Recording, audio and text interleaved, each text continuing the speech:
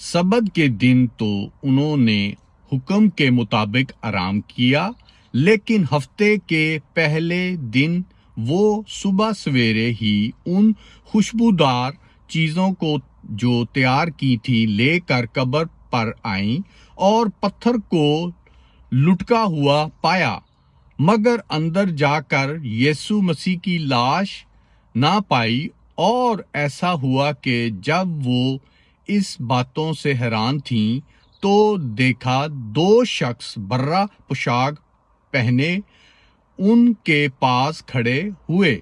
جب وہ ڈر گئیں اور اپنے سر زمین پر جھکائے تو ہوا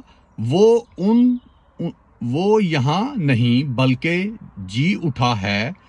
یاد کرو کہ جب وہ گلیل میں تھا اس نے تم سے کیا کہا تھا، ضروری کہ ابن آدم گناہ گاروں کے ہاتھ میں حوالے کیا جائے گا اور مصلوب ہو اور تیسرے دن جی اٹھے گا۔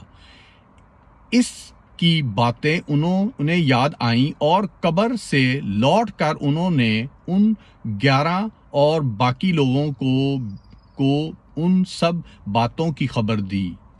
پریز دی لارڈ۔